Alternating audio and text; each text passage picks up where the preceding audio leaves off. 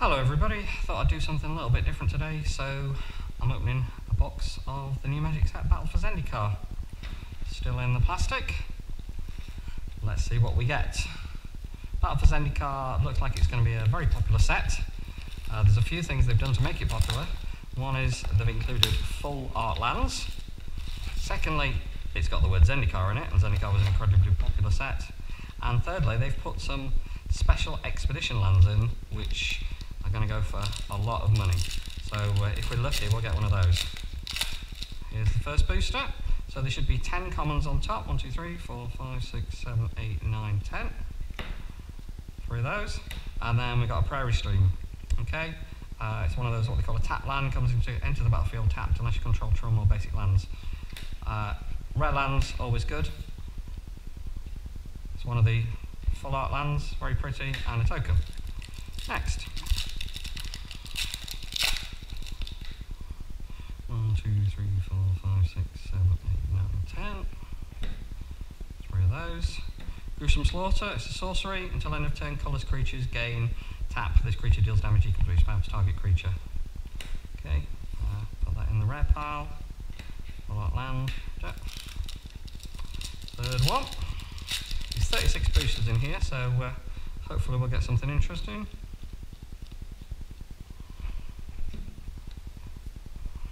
Guardian of Tazim, 4/5 flying blue creature, which taps down lands.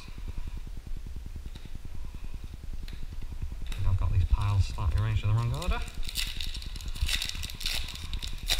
I open lots of boosters because I sell singles. So I end up opening lots of boxes, so I thought this time I might as well film it.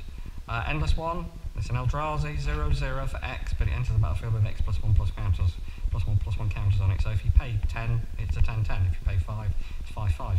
Very flexible. It's never going to be amazing, but on the other hand, it means you can use all your mana up. And because Eldrazi, there's lots of ways of generating extra mana with Eldrazi, then you could end up with being a very big creature.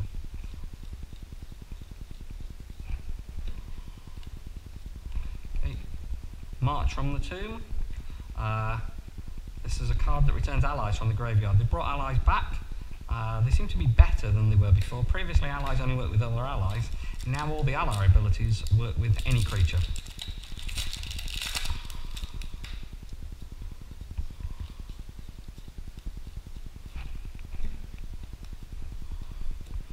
Brutal Expulsion, even though it's blue-red, it's devoid, so it's got no colour.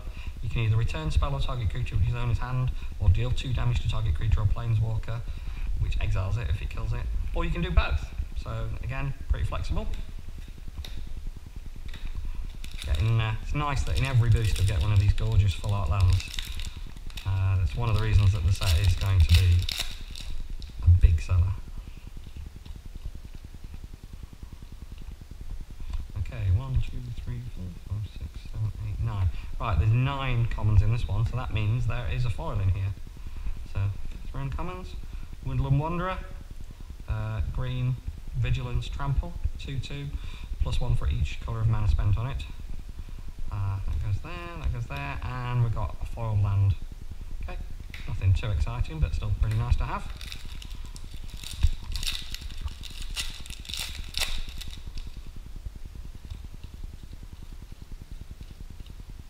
The one with 9.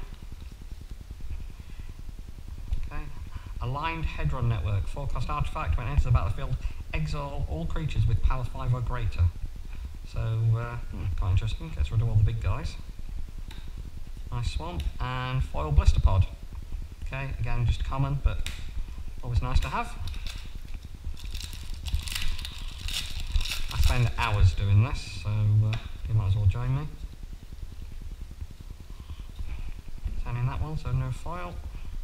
Cinderglade, again, tap land. I'm never unhappy when I open a rare land. They're just constantly in demand.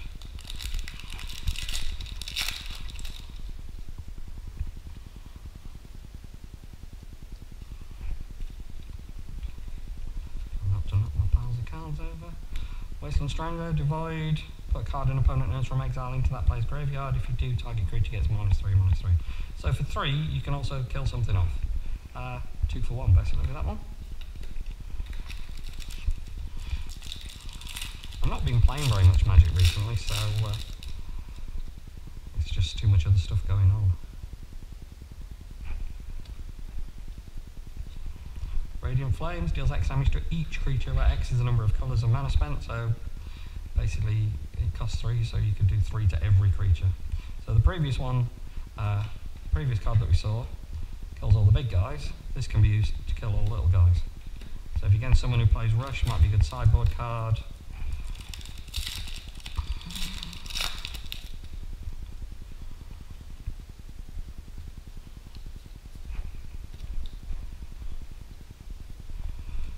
Part of the Water Veil, that's a mythic, it's got the red symbol. Take an extra turn after this one. But that's not bad actually, for 6 you can take an extra turn. If you cast it for 9, you get 6 counters on a target land you control and becomes a 0/0/0 elemental creature with haste, so effectively a 6/6 elemental creature with haste that's still a land. Taking an extra turn for 6 to me seems pretty good value. And from what I've seen of the format so far, it doesn't seem incredibly fast, so there's a pretty good chance you get that off.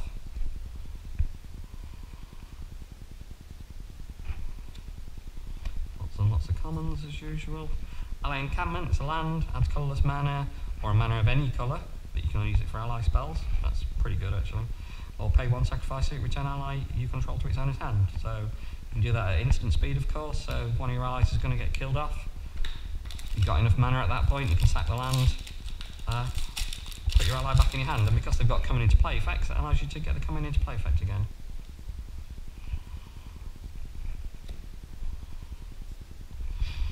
There's a legendary core ally. Okay, it's a creature. Look at the top 4 cards of your library when him or another ally comes into your library. Put allies on top of your library in any order, put the rest on the bottom, so it's an ally search out card. It's a 3/4 for 4, so it's got haste, so it's okay.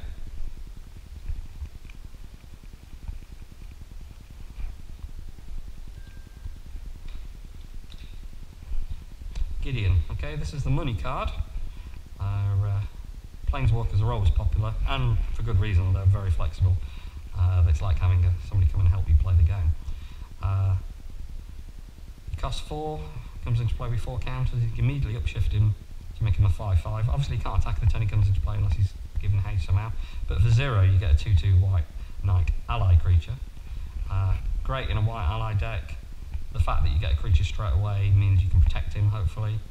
If you downshift him immediately, if you've got a lot of creatures already, you can downshift him immediately and give all your creatures +1/+1 for the rest of the game. That can't be got rid of. So he's understandably the most expensive card in the set. There are 2 other Planeswalkers in the set. One is Kiora and the other one is Obnixilis.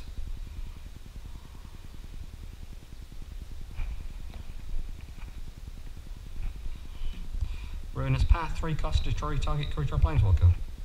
It's a sorcery, so not as good as it, obviously if it was an instant, but for 3 you've been able to destroy any target creature or Planeswalker. That's a card that can see play in any black deck. Plus it's got Awaken, which means that if you've got plenty of spare mana, you can turn one of your lands into a creature.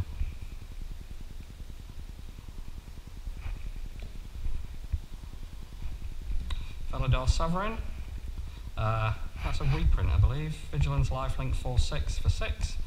If you have 40 or more life at the beginning of your upkeep, you win the game. So it's an alternate win condition. Alternate win conditions are always cool in Magic. It's always nice to mill someone, or, you know, especially if they're not expecting it. Okay, 9 commons in this one, so we've got a foil to look forward to. Okay, Eldrazi. Oblivion Sower. When you cast it, target opponent exiles the top 4 cards of his library, and then you put any number of land cards that player owns from exile onto the battlefield under your control. There's a lot of stuff that exiles, so you could get a lot of land back with that. That seems pretty cool. Nice Swamp. Brood Butcher. Foil. Okay, and a rare foil at that. Enters the battlefield, get a 1/1 Eldrazi Scion creature. Token, it's got sacrifice to add 1 mana. and you can sacrifice that to kill something off. So you can attack with it and then sacrifice it. It's 5, it's okay.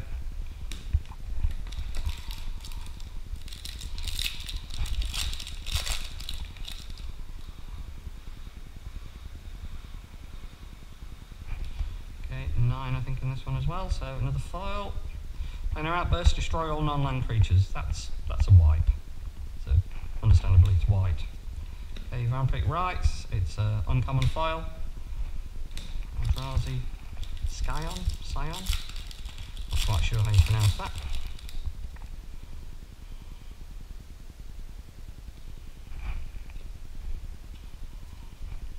Endless one, I've seen one of those already.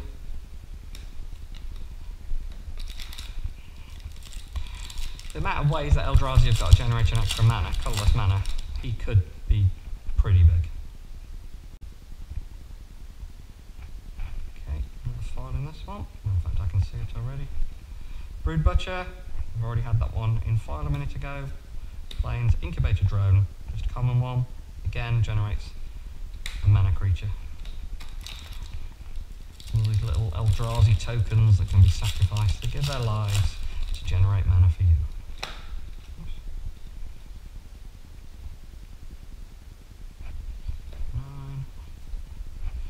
Bring to light, sorcery, converge. Search your library for a creature, instant or sorcery card and convert a mana cost less than or equal to the number of colours of mana spent to cast Bring to light, exile that card, then shuffle your library, and then you can cast it for free.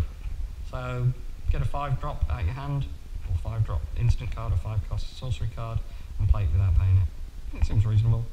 5s, yeah, I don't know. Foil uncommon.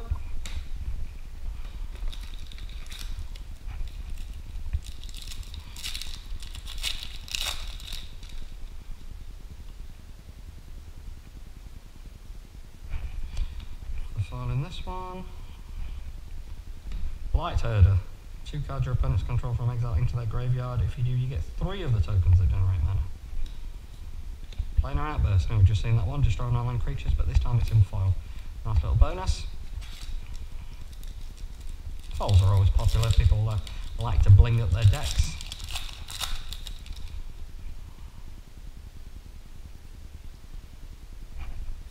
And for those who not really that bothered, then it's just a bit of extra money. Hedron Grinder, whenever you cast an instant or sorcery spell that targets only him, you copy it and it applies to all your others as well. So if you've got some kind of buff, either an instant or sorcery, you cast it on him, all your other creatures get it. It seems pretty good. It works well in a red sort of weenie rush deck. Although he's a 4-cast, a 3/3, but and he's legendary, so you can play it as an EDH leader. Okay, I think 9 in here again, so... Sanctum of Ugin, add 1 to your mana pool. When you cast a colourless spell with converted mana cost 7 or greater, you may sacrifice it. If you do, search your library for a colourless creature card, reveal it and put it into your hand. Okay, quite a tricky thing to get off. You've got to cast something that costs 7 or greater, but it allows you to, go and get something else at the same time. So if you're going for the big Eldrazi game, then that's going to work. Ooh, Shiny Mountain. That's nice. Shiny land. Shiny full art land. I mean, you can't get much prettier really, can you?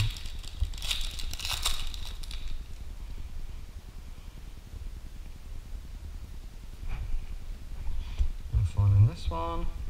Guardian of Tazim. Seen that one before. Taps land down. If it's an island, it doesn't untap. That creature doesn't untap, sorry. So if you're playing all blue, you can tap your opponent's creatures down.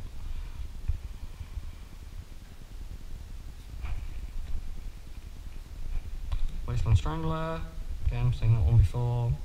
A card your opponent knows from exile into the graveyard and basically kill a little creature off. I'll play in the second main phase, you've already caused damage to something big, you kill that.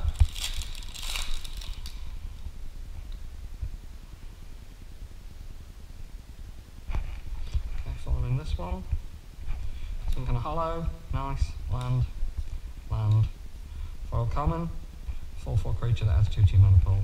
Yeah, nothing special. If you're going for mana acceleration with Eldrazi, I suppose it might be reasonable, but it's a 4/4 for 5.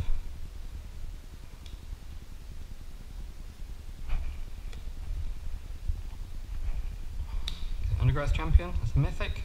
Damage will be dealt to it while it's got a counter on it. It's 1/1 counter. It just loses a counter instead. Pretty hard to kill off. It's a 2/2 for 3, and with landfall you get to put counters on it, so it's just going to get bigger and bigger and harder and harder and harder to kill. You should be able to block all day with that one.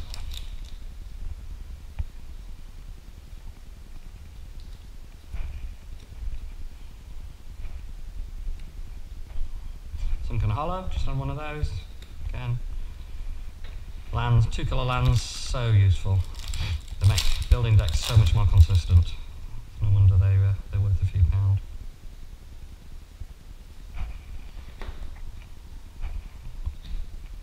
Drowner of Hope.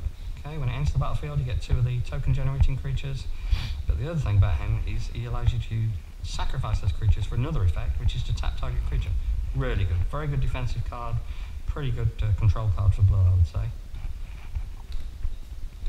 It's interesting they've got a lot of devoid cards in the set because, you know, the Eldrazi, so even though they cost a coloured mana to cast, they're classed as colourless.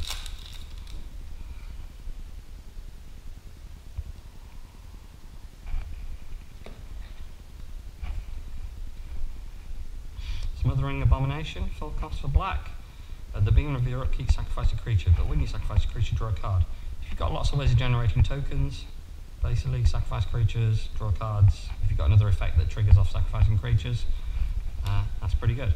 So if you've got something that says your opponent loses life every time you sack a creature, you get double benefit out of it. And it's flying. It's a 4/3 with flying. Of course, if you haven't got any of the creatures to sacrifice, you have to sacrifice him.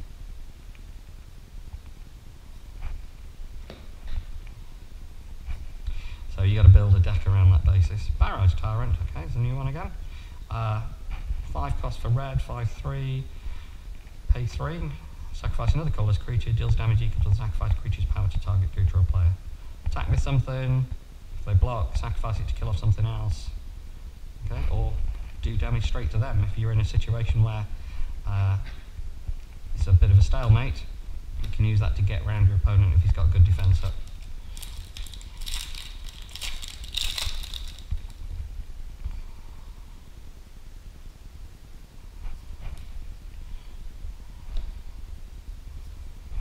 Sanctum of Ugin, seen that one before. If you cast a 7 cost or greater, any colourless spell that costs 7 or more, sacrifice it to go and search for a colourless card. More pretty lands. Getting to the last 2 boosters now. We've not had an exploration land, but we have had, what's his name, Gideon. Foil in this one. Angelic Captain, whenever it attacks it gets +1/+1 for each other attacking ally. So works in an ally deck, it's flying, so you know you've got 3 or 4 other allies out, he's going to be pretty hard hitting, and with flying he's difficult to stop. Fortified Rampart, 0/6 defender. That's a pretty good wall creature really for 2, you know, especially in say sealed or limited, that's going to really slow your opponent down. And finally,